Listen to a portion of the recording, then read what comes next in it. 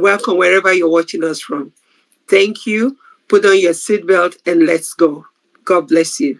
Over to you, Omuka. Welcome, welcome, welcome, Mama Africa. Thank you so much for that. We just want to go ahead and get right into today's conversation. We are going to be speaking on breaking the silence around grief, support, and starting again.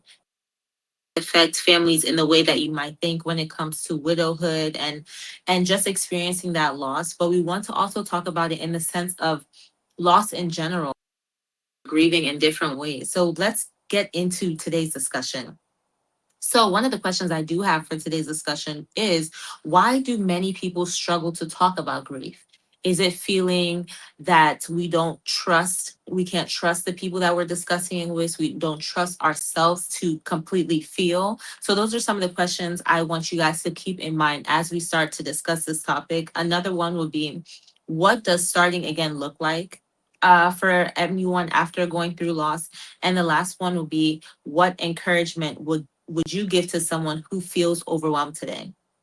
So I want us to keep those questions in mind as we go into discussing this topic so that we can come back to even figuring out in our own way how either it's a parent you've lost, a child you've lost, a friend, someone in your life while you're experiencing grief. We come in and understand those topics and get back to these questions and figure out, why do many people struggle to talk about this grief, struggle to feel, struggle to go through so many of these things. So let's pass it over to Mama Africa to go ahead and usher us into this discussion. Let's talk. So, Omuka, thank you so much. We're here to talk about grief. And, many people just throw the word grief and they don't quite understand what grief is.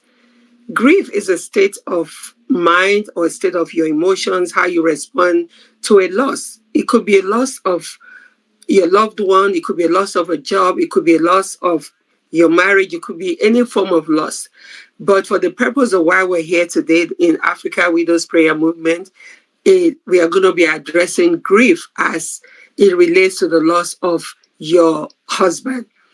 So, grief is how we navigate the responses that we have towards the loss of our husbands, and how we bring in different coping mechanisms to help us through these moments of grief. Some people tend to look for those trusted people they can trust to help them navigate this grief, navigate the emotional struggles through grieving.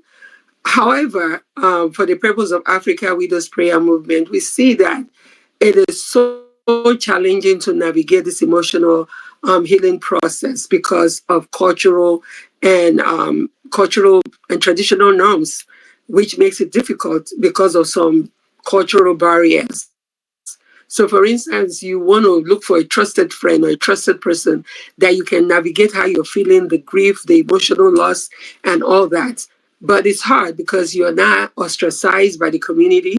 You have to shave your head and be tossed into one little spot. Maybe you're in a room. You're supposed to be mourning the loss of your husband. You're supposed to have a shaved hair, like what we call gorimapa. They use something and just shave your hair all the way, and you're supposed to wear black clothing and stay inside and not come out. You're not supposed to be out in the public. So some of these harmful cultural practices makes it even 10 times or 1,000 times difficult to navigate the grief and the emotional process, or even talk about the emotional healing that widows in Africa try to go through.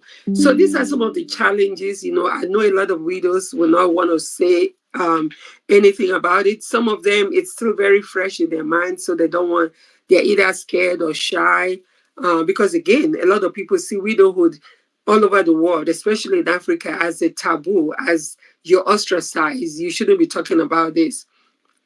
But we have to talk about it, because if we don't address some of these challenges, if we don't address some of these things our mothers or our sisters or our colleagues or our friends are going through, how do we move forward as a community? How do we get past this?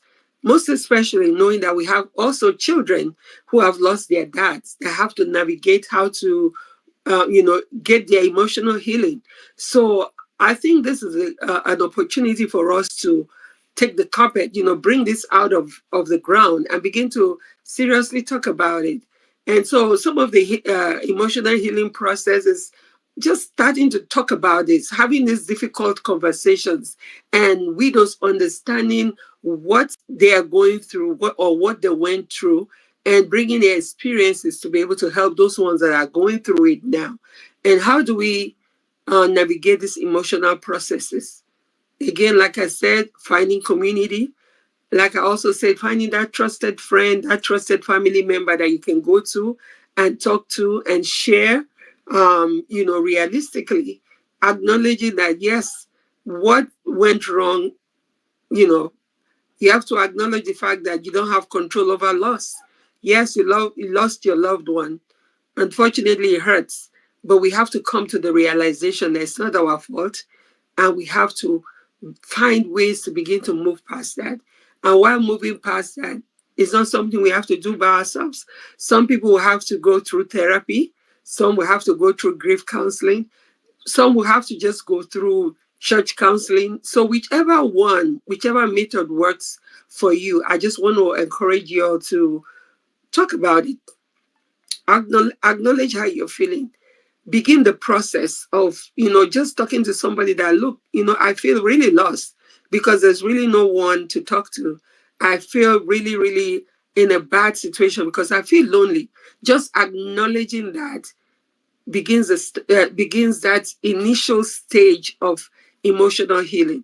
So at the end of today's live stream, I'm hoping that widows will be free to share in the experiences of what some of the challenges and the difficulties they go through, or they went through, or they are going through.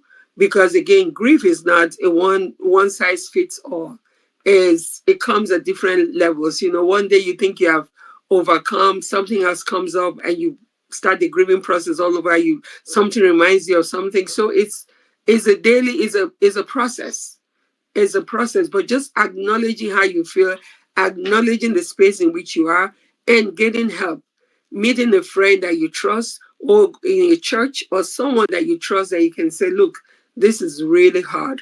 I am scared of how to survive. And what is survival?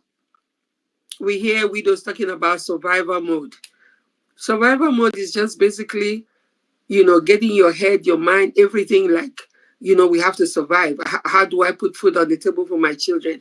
How do I provide for their school fees? What am I going to do? So most times for us widows, that survival instinct kicks.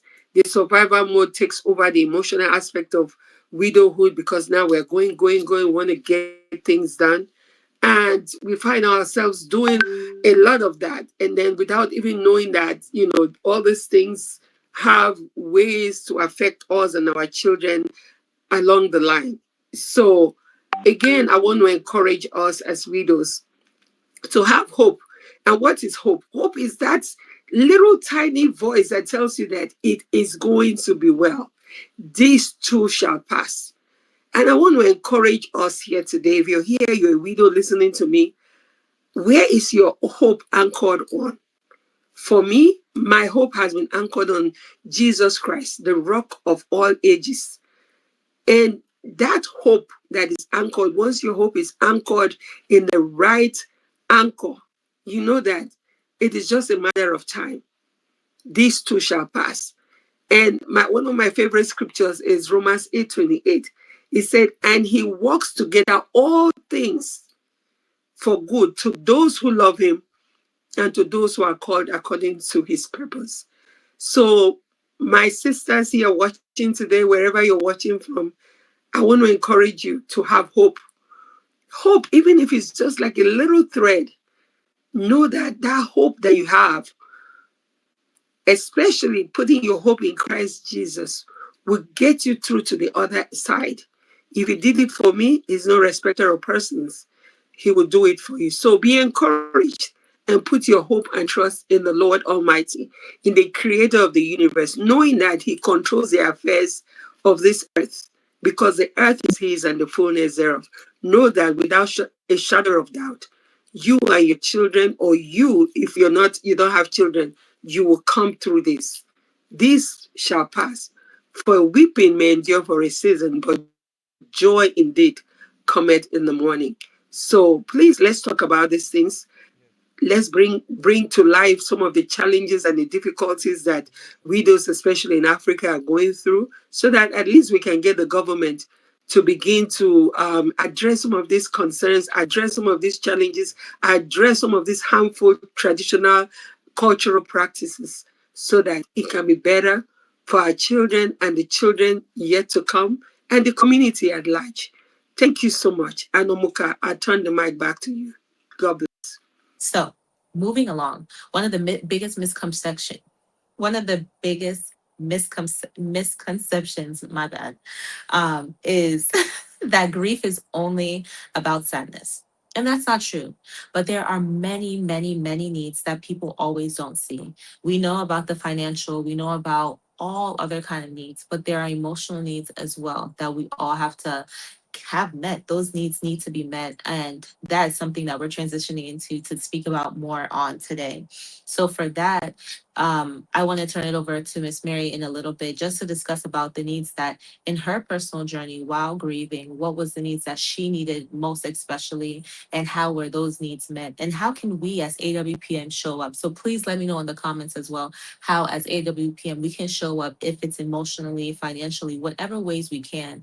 We do have ways that we have been reaching out and trying to step in the way that we can for our community. But we love to hear from you as well. How can we step in and show up and show and fill that need, fill in the gap for whatever widows are going through right in this moment? How can we step up and show up for you, be it financially, emotionally, sitting with you? What is it that not only as AWPM, but the people in your community, your friends, your neighbors, when they want to show up with you, if they're watching this video right now and they can hear from you from the comments and see like, okay, this is what she actually needs. What is it that you need? So let's turn it over back to Miss Mary to kind of walk us through that entire process from her journey up until It's as okay. AWPM, how we can show up for others. You please. So, like I said, needs, the need for of one widow varies from the other. There are various ways we can meet the needs of others. While I was going through my grieving process, I needed someone who could be really present and non judgmentally, just to listen to me or just be there for me and my children. Others probably need the money. Okay. Of course, we needed the money too, because again, we're starting from ground zero up to build back up. So I believe that's the reason why God gave me this mandate, um, to just be a one size fits all. So in Africa prayer, Widows Prayer Movement, what we do is a variety of so many things to meet the needs of widows in Africa. So these are some of the things like you watched in the video. In Africa Widows Prayer Movement, we come together to pray every Wednesday, midnight to 1 a.m. So that's Nigerian Lagos time, and 7 p.m. New York time, Eastern Standard Time, 6 p.m. Central Standard Time. We gather together on the WhatsApp Africa Widows Prayer Movement chat to pray, for the needs of one another, Mm. to pray for our needs, to pray for emotional healing, Yes. to pray for even physical healing. We come together. So I encourage you, if you're a widow here Mm. today and you're looking for that community, you're looking for a place where you can come together and pray. Africa Widows Prayer Movement will provide that, because you want people who are like minded with you, who understand what you're going through, who will not judge you. So that's another thing we do. We provide community, because in this community of widows, nobody's coming out there to say, oh, she's the one that I heard, she's the one that killed her husband. I heard this, I heard that. No, we're coming together non judgmentally to empathize with one another, to hold each other's hands, to say, you know what, my sister, I see you. Mine happened this way, and this is what I did. And just sharing our stories and sharing how God helped us could just be the community in need, to encourage that sister that just lost her husband to say, oh, you lost your husband last year and you're this strong. That gives me hope to know that I will be strong to be that voice for somebody else that's coming behind me. So that is what Africa Widows Prayer Movement Those are some of the platforms we have. Our Africa Widows Prayer Movement social media platforms. Follow us, see what we're doing, participate actively in it. It is not this movement is not just for me, it's for widows across the continent and even in the diaspora. We encourage you to join us. Some of you can join us and bring food. Yes, we do support financially too. Recently, I had to a sister widow that her daughter needed to go back to school, just for little things. She didn't have the money to buy the foodstuff for the school fee, and lo and behold, I had to step in to do that. Some of you even have more money than me. Come on, let's support each other. Let's support our sister widows. Some it could be food, and recent even healthcare. I had a sister who could not even breathe, a sister widow somewhere in Yanya. She could not breathe. And how much was it? They needed her to buy a herbal supplement that was about 23,000 naira just to solve her problem. And I'm like, oh my God. I quickly sent that money to her to buy the supplement that was prescribed by the doctor. And after that, she started breathing. And this is a teacher. I didn't even know that she's a teacher, but she did not have the money at the time to just get her health in order. She was sick. Meanwhile, she has things to do. But just that 23,000 go her that. And after that first one, I sent her another one. But today she's recovering very well and she's back to her teaching. So those are little things, they need financial support. You and I can partner together to provide this financial support. It could just be something very little to put bread and food on their table. It varies. Some it could be school fee for their children. Some it could be uplifting their business, giving them a little push to be able to get their businesses on ground. And again, some it could be prayer. But we say prayer is the key. We encourage every widow, whether in the diaspora, in the continent of Africa, everywhere in the world, join us on Wednesday midnight, every Wednesday from midnight to 1 a.m. Nigerian Lagos time, as we come together in humility to pray and surrender our supplications, our issues, our problems before the Lord. So these are some of the things we do in AWPM. We provide that community, that safe space that people can come and talk freely with one another, get hope, get encouragement, sustainability to move them forward. AWPM provides support in health with healthcare, not basically providing the healthcare, but giving small financial help to be able to get the health care that one or two widows might need. And of course, school fees. We're paying school fees for children that need to go back to school. There are so many testimonies. We're helping with people's businesses to get them something to start up.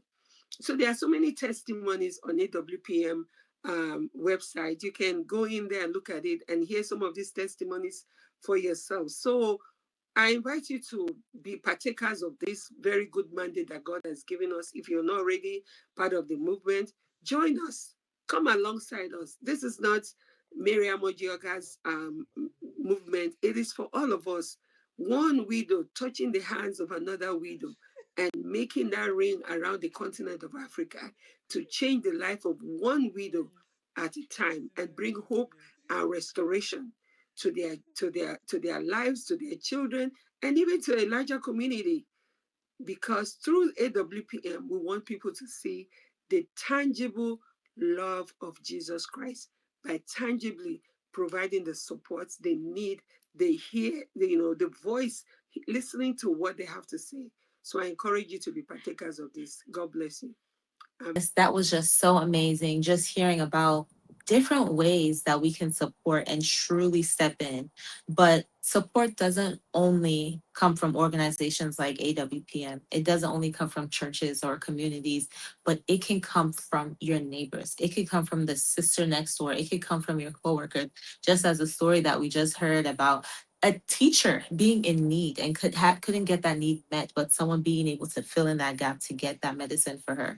That is what we are supposed to do. Not only organizations like AWPM, even though we're more than happy to help, but even your communities, your churches, your neighborhood, you as an individual, if you have been through it and you have been through grief, you know what it feels like. So you can also show up for people around you if it's by bringing food, if it's by bringing, just sitting with them, if it's by making them laugh or making them smile, or even that financial support. But moving on to our next discussion topic, how can those communities, churches, individuals, friends, how can we do better to support? Sometimes we can be involved in community and involved in churches, and it's kind of hard to figure out, oh, how do we step in and do it? Everyone is assuming, oh, the next person's going to do it. This one's going to do it. Oh, this person's going to, she has friends here. And then no one ends up helping. So let's figure that out. How do we end up doing that? My suggestion is everyone stop assuming that someone else is going to help. But let's turn it over to Mama Africa to help us get into that point of how churches can do better.